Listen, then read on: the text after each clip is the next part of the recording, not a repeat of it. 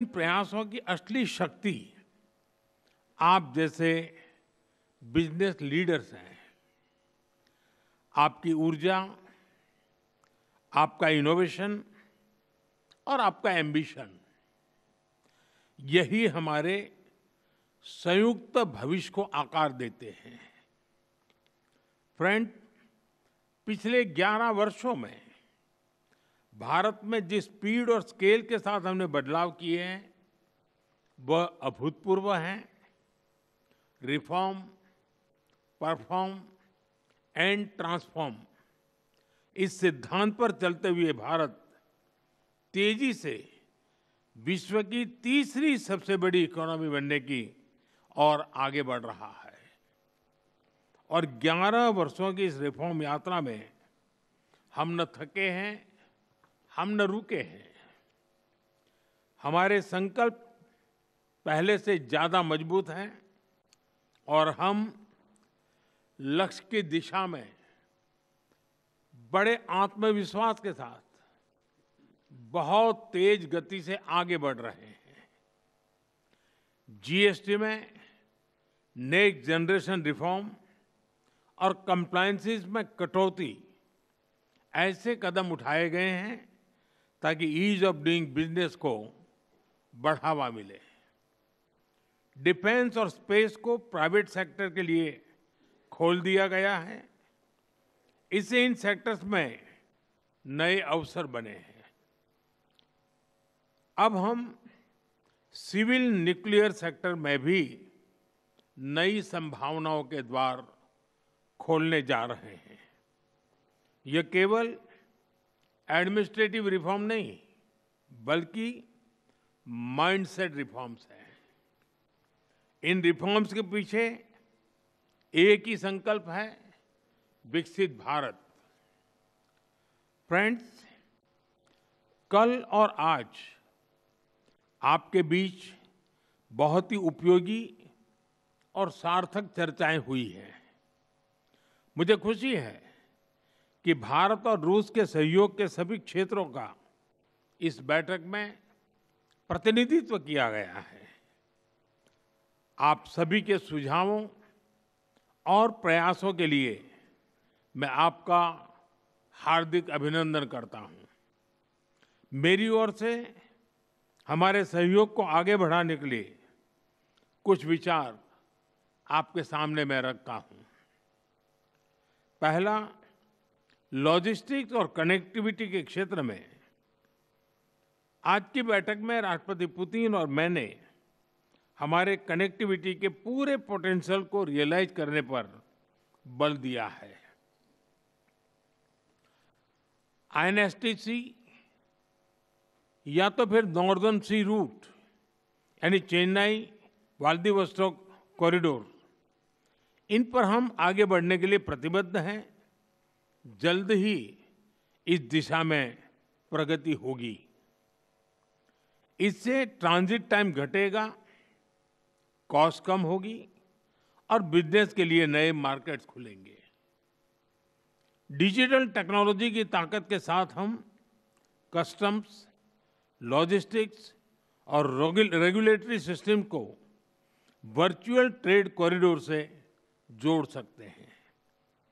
इससे customs clearance तेज होगा, paper work घटेगा और कार्गो मूवमेंट अधिक सीमलेस बनेगा। दूसरा, मरीन प्रोडक्ट्स। हाल ही में रूस द्वारा भारत से डेयरी और मरीन प्रोडक्ट्स के निर्यात के लिए भारतीय कंपनियों की लिस्ट में विस्तार किया गया है। इससे भारत के एक्सपोर्टर्स के लिए नए अवसर बने हैं। भारत के high quality marine products, value added seafood, processed food, इसकी बड़ी मात्रा में ग्लोबल डिमांड है। हम cold chain logistics, deep sea fishing और फिशिंग हार्बर्स के मॉडर्नाइजेशन में जॉइंट वेंचर और टेक्नोलॉजी पार्टनरशिप बना सकते हैं। इससे रूस की डोमेस्टिक डिमांड भी पूरी होगी और भारतीय उत्पादों को नए मार्केट भी मिलेंगे। तीसरा, ऑटोमोबाइल सेक्टर।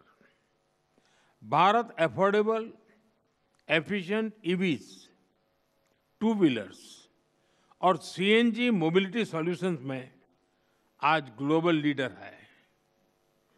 रूस एडवांस मटेरियल का बड़ा प्रोड्यूसर है। हम मिलकर ईवी मैन्युफैक्चरिंग, ऑटोमोटिव कंपोनेंट्स और शेयर्ड मोबिलिटी टेक इसमें साझेदारी कर सकते हैं। इससे हम न केवल अपनी जरूरतों को पूरा कर सकेंगे, बल्कि ग्लोबल साउथ, विशेषकर अफ्रीका के विकास में भी योगदान दे सकते हैं। चौथा, फार्मा। भारत आज विश्व भर में किफायती मूल्यों पर उच्चतम क्वालिटी की दवाइयां सप्लाई कर रहा है। इसलिए भारत को फार्मेसी ऑफ द वर्ल्ड भी कहा जाता है। हम दोनों मिलकर joint vaccine development, cancer therapies, radio pharmaceuticals और एपीआई सप्लाई चेन में सहयोग कर सकते हैं। इससे हेल्थ केयर सिक्योरिटी भी बढ़ेगी और नई इंडस्ट्रीज भी विकसित होगी। पांचवा, टेक्सटाइल। भारत के पास नेचुरल फाइबर से लेकर टेक्निकल टेक्सटाइल तक विशाल क्षमता है। डिजाइन, हैंडीक्राफ्ट्स और कारपेट्स में हमारी वैश्विक पहचान है। रूस पॉलीमर और सिंथेटिक रॉ मटेरियल्स का बड़ा प्रोड्यूसर है। हम साथ मिलकर रेजिलिएंट टेक्सटाइल वैल्यू चेन बना सकते हैं। इसी तरह फर्टिलाइजर, सिरेमिक्स, सीमेंट मैन्युफैक्चरिंग और इलेक्ट्रॉनिक जैसे क्षेत्रों में भी सहयोग की कई संभावनाएं हैं। साथियों, सभी क्षेत्रों में सहयोग बढ़ाने में मैन पावर मोबिलिटी की महत्वपूर्ण भूमिका है। भारत आज दुनिया की स्किल कैपिटल के रूप में उभर रहा है। हमारा युवा talent technology, engineering, health care, construction, logistics हर क्षेत्र में ग्लोबल रिक्वायरमेंट्स को पूरा करने की क्षमता रखता है। रूस की डेमोग्राफिक और इकोनॉमिक प्रायोरिटीज को देखते हुए यह साझेदारी दोनों देशों के लिए अत्यंत उपयोगी है। जब हम भारत के टैलेंट को रूसी भाषा और सॉफ्ट स्किल में ट्रेनिंग देंगे, तो हम मिलकर एक ऐसी रशिया रेडी वर्कफोर्स तैयार कर सकते हैं जो दोनों देशों की शेयर्ड प्रॉस्पेरिटी को गति देगी।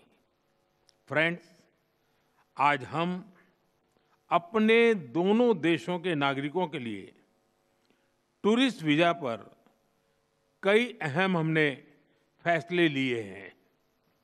इससे दोनों देशों के बीच टूरिज्म को बढ़ावा मिलेगा, टूर ऑपरेटर्स के लिए नए बिजनेस अपॉर्चुनिटीज बनेगी और रोजगार के नए अवसर खुलेंगे।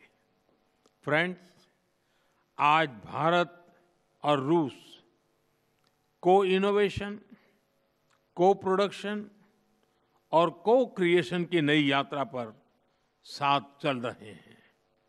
हमारा लक्ष्य आपसी व्यापार बढ़ाने तक सीमित नहीं है। हम पूरी मानवता की भलाई सुनिश्चित करना चाहते हैं। इसके लिए ग्लोबल चैलेंज का स्थायी समाधान तैयार करना है। भारत इस यात्रा में रूस के साथ कंधे से कंधा मिलाकर चलने के लिए पूरी तरह से तैयार है। मैं आप सबसे कहना चाहता हूं, कम make in India, partner with India and together let us make for the world. इन्हीं शब्दों के साथ मैं राष्ट्रपति पुतिन और आप सभी का आभार व्यक्त करता हूं। बहुत बहुत धन्यवाद।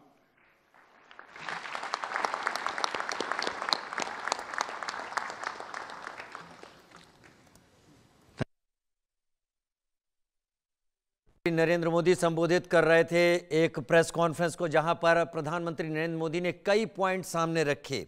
सबसे बड़ी बात प्रधानमंत्री ने जो कही, उससे इशारा ये लगता है और ये मिलता है कि रूस भारत के युवाओं को, जो टैलेंटेड हैं, भारत के युवाओं को जिनके पास प्रतिभा है, उन्हें अपने यहाँ काम करने आने देने के लिए एक बड़ा स्पेस तैयार करने को रेडी है। और भारत ऐसे युवाओं को रूस भेजने के लिए तैयार है जो रशिया रेडी हो, मतलब जिनको रूसी भाषा भी आती हो, जिससे रूस के विकास में भाषाई दूरी ज़्यादा बड़ी समस्या ना बने और ये एक तरीके से रोजगार के नए अवसरों को पैदा करेगा।